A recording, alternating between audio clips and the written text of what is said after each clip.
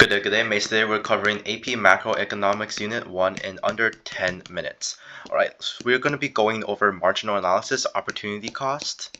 We're going to be going over what is econ, so what are the four factors of economics, positive and normative statements, the difference between microeconomics and macroeconomics, PPC curves, and cycles in the economy, and comparative and absolute advantages. So let's go.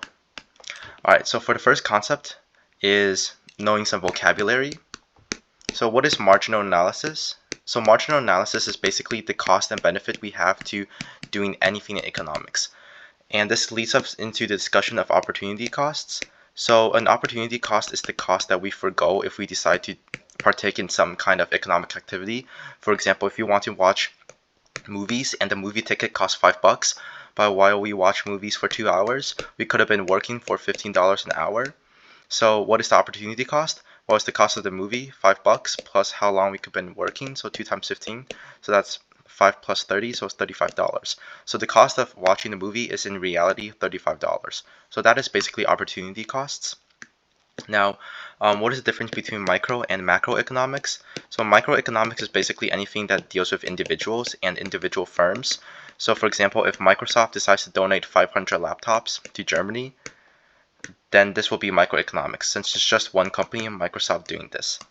But for macroeconomics, it would be general trends in the economy, for example, GDP, unemployment, and the central bank deciding to raise or lower interest rates. So that would be macroeconomics. Now, what is the difference between positive statements and normative statements? So when you see a normative statement, it's basically how the economy should work. So for example, people should buy more cars next month. Anytime you see the word should, it's normative statements. If you see the positive statement, that means that's something that is basically guaranteed to be true. For example, if you raise the price of gas to $5 a gallon, then less people will buy gas because gas is more expensive. That's basically a fact. So that is basically the difference between positive and normative statements. Now let's go through cycles. Cycles is a pretty easy concept. So this is the economy. So what does this mean? And if we draw this line means the general trend in the economy, so where the economy is heading. And this phase right here is an expansion in the economy because it's growing. This is in a recession because the economy is shrinking. And this is called a peak in the economy, and this is called a trough. And now the reason why an economy grows could be because of an increase in technology, so more GDP, more output, and then the economy inevitably goes into a recession because of things, for example, like zombie companies that are old and can't catch up to the new times. They have to go bust in order to make way for new companies that innovate. Now let's shift focus and discuss PPC curves. Now PPC curves are arguably one of the harder concepts to grasp in this unit. So a PPC curve means a production possibility curve. So it's just saying how much goods and how much things the economy can produce. So anywhere on this curve, what you need to know for the AP test is efficient. So this is efficient production. Anywhere inside this curve, I should make this green actually. Anywhere inside this curve is inefficient because this curve represents the theoretical maximum output an economy can produce given the amount of labor, the amount of human capital, and resources, and technology it has. So in order to shift our production possibility curves outward, so for example to grow GDP, an economy has to either grow the number of resources, both in quality and quantity, or increase its technology. So it has two options to shift the production possibility curves. Now let's dive into this a bit more. This is called a law of constant or linear opportunity cost. So what does this mean is that, for example, if I'm producing beds and I'm producing butter, for each additional bed that I produce in the economy, it will cost me the same amount of butter. So I would divert resources into producing butter, into producing beds. But for, like, say, each additional bed I produce, I will produce 2 less pounds of butter. And this will be the same throughout. Now, what is the law of, for example, increasing opportunity costs? Well, the law of increasing opportunity costs is basically the idea that it will look like this. And let's do the beds and butter example again. For each additional bed I produce, it will cost me more butters. So for producing the first bed, for example, it will only cost me 1 pound of butter.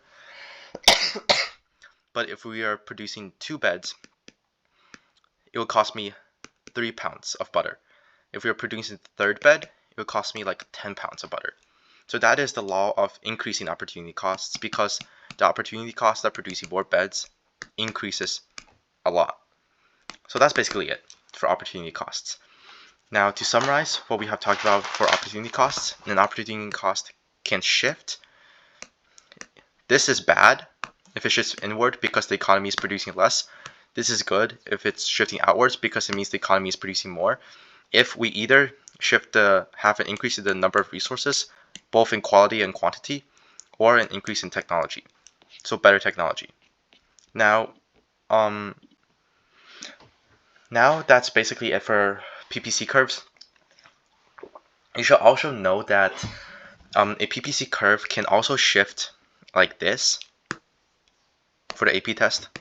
It doesn't have to shift both ways, it can shift like that. So for example, if a technology makes producing beds way more easier than an increase in technology just in producing beds, it could shift just the production of beds like that.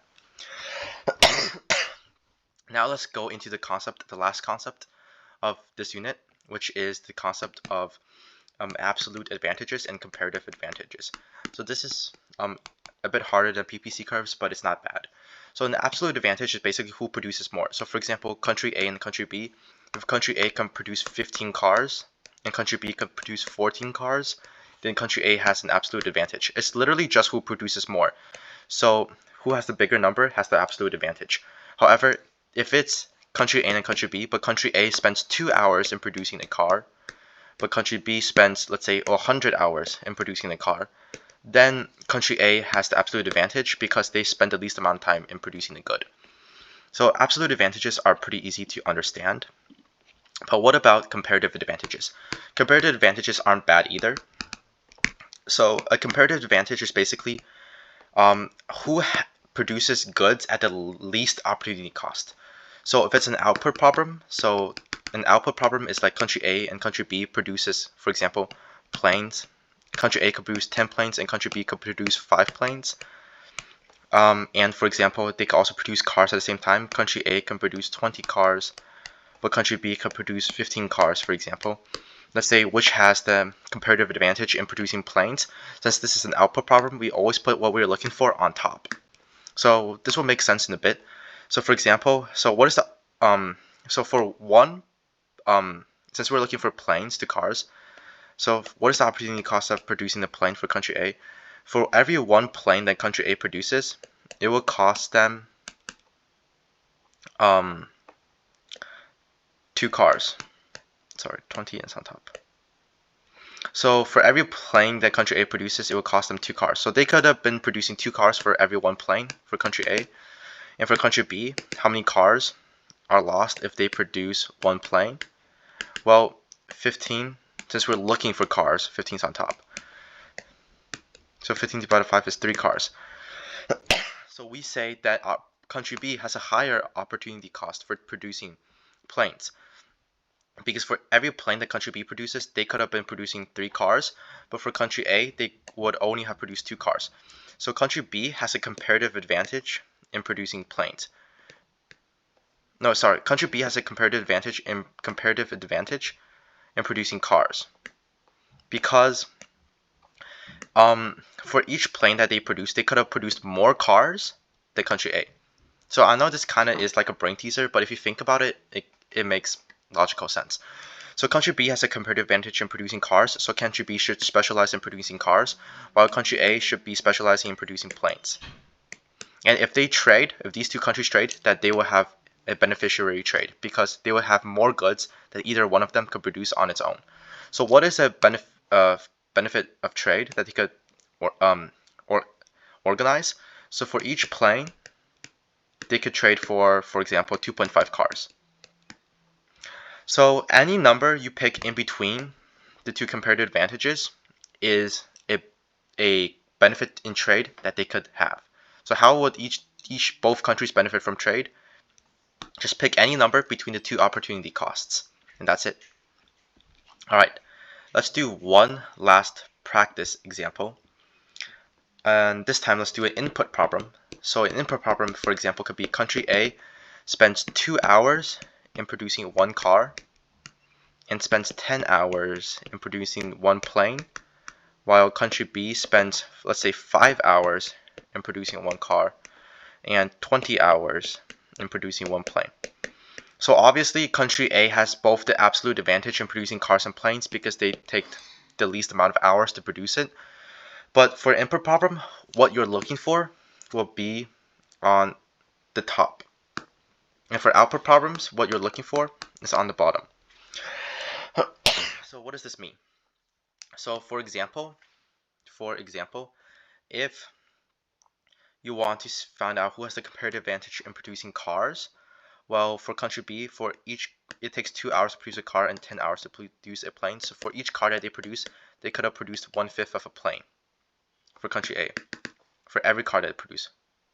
Now for country B, for every car that they produce, so 5 hours, we're looking for cars, so that's what we're looking for. How many hours does it take to produce a plane? 20 hours. They could have produced 1/4 of a plane. So which one has the absolute comparative advantage in producing cars? Well, country A has a comparative advantage in producing cars because for each car that they produce, they would have made less of a plane than country B. So country B would have made more planes, or 1/4 of a plane, so more planes than country A when they produce a car, per car that they produce. So country A has the comparative advantage in cars, and country B has a comparative advantage in planes. So what is for example, a benefit in trade that they could both use? So for per car, you pick any number in between the opportunity costs. So pick any number in between 1/5 and 1/4. So per car, they would trade for this many planes, and that will be your answer. So it's not that bad. And sorry about saying that earlier. Output problems, what you're looking for is on the bottom. I know I said it was on the top earlier, so sorry about that. All right. And the last thing you should know is that you can't have a comparative advantage in both goods. It's impossible to have a comparative advantage in two goods at the same time. And that's it.